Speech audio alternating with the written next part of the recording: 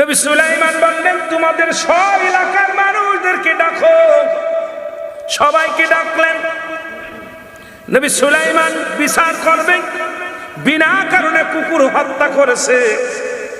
নবী সুলাইমান নবী লোকজন আসলেন, বললেন, শুনে নাও, পৃথিবীর মধ্যে 5টা প্রাণী যদি কোনো মানুষের বিরুদ্ধে অভিযোগ করে, নালিশ দেয়, আল্লাহর দরবারে যদি বরদোয়া করে, সঙ্গে সঙ্গে বরদোয়া লেগে যায়।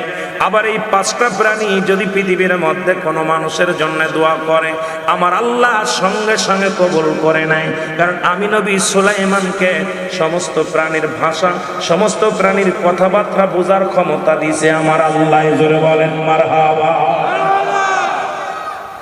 লোকজন বলেন, হুজুর, তার মধ্যে কি কি প্রাণী?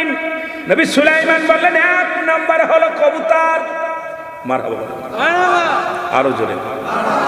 1 নম্বর হলো কবুতর। পৃথিবীর মধ্যে মানুষের চাইতে কবুতর আল্লাহ জিকির করে বেশি। যতক্ষণ পর্যন্ত কবুতর না ঘুমায়। 5টা প্রাণী শুনে নেন। যিনি নবী করিম সাল্লাল্লাহু আলাইহি ওয়াসাল্লাম হিজরতের সময় মক্কা থেকে মদিনায় যখন গিয়েছিলেন, তখনও আমার নবীজিকে কি করলেন? সাহায্যের জন্য কবুতর যা একটা বাসা বানাইলেন, বাসা বানাইয়া ডিম পাড়লেন। অমুসলমান, কবুতর ডিম পারিয়া তা দিতেছিলেন বসে বসে। কারণ রহমতের নবীর সাহায্যের জন্য আমার আল্লাহ দরবারে বলেছিল, কবুতর আমার আল্লাহ, ও আমার আল্লাহ, এই পৃথিবীর মধ্যে আপনার হাবিব জিয়ারত করে রওনা হয়ে গেল। আল্লাহ মক্কা থেকে মদিনার দিকে যায়, ফিরে বারে বারে দেশের দিকে ফিরে ফিরে নবীজি চায়। আল্লাহ শত্রু পক্ষ লেগেছে পিছে, না জানি আমার নবীজিকে ঘায়েল করবে। আল্লাহ আমাকে একটু সুযোগ দাও, যে গর্তের মধ্যে নবীজি ঢুকেছে, ওই গর্তের মধ্যে বাসা বানাইয়া আমি ডিম পারবো। কবুতর শুধু বাসা বানাইলেন। অমুসলমান, শুধু 3টা নয়, শুনে নেন, শুনে নেন।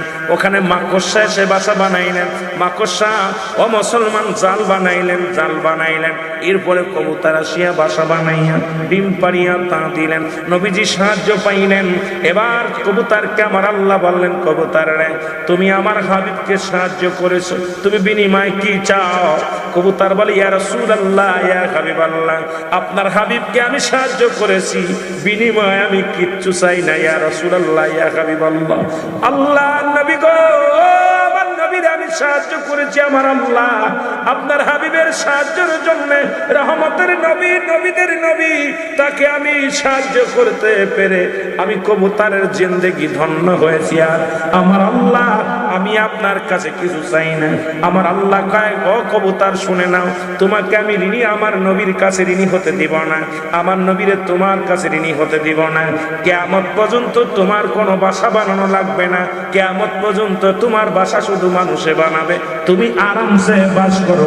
জোরে জোরে চিল্লা বলা যাবে না মারহাবা। এ দুনিয়ার মুসলমান, গভীর মনোযোগ। আমি আলোচনা বলতেছিলাম, পৃথিবীর মধ্যে সমস্ত প্রাণীর মৃত্যুর স্বাদ গ্রহণ করতে হবে। একমাত্র মৃত্যু নাই আমার রবের, আমার আল্লাহ, যিনি আপনার আমার রব, এই কুল কায়নাতের রব, আসমান জমিনের রব, যিনি সারা পৃথিবীর মধ্যে আর কেউ নাই। তিনি এক, পৃথিবীর মধ্যে আর কোনো দ্বিতীয় নাই।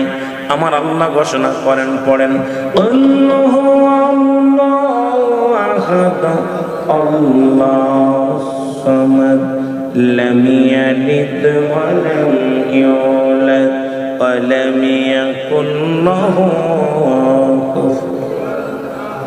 আল্লাহ বলেন, হাবিব ওদেরকে জানিয়ে দেন, দুনিয়ার মানুষদেরকে জানিয়ে দিলেন, শোনো, আমি আল্লাহ এক, যার কোনো দ্বিতীয় নাই, যার কোনো বংশ নাই, যার কোনো আত্মীয় নাই, যার কোনো পরিবার পরিজন নাই। আমার আল্লাহ বলেন, বান্দারে, আমি আল্লাহ এক, আমি কারো জন্ম দিই নাই, কারো থেকে জন্ম নিই নাই। আসমান জমিনের মধ্যে, আসমান এবং জমিনের মধ্যে যত জায়গা আছে, যত সীমা আছে, এর মধ্যে আমার সমতুল্য, আমার সমকক্ষ আর কেউ নাই। জোরে বলেন ঠিক কি? কেউ আসেনি? হায়াতের মালিককে, রিজিকের মালিককে, সম্মানের মালিককে এই জমিনের মালিক কে? সব কিছুর মালিক আমার আল্লাহ। আল্লাহ বলে বান্দারে আমি ছাড়া কেউ নাই, তবে তাকে পাওয়ার জন্য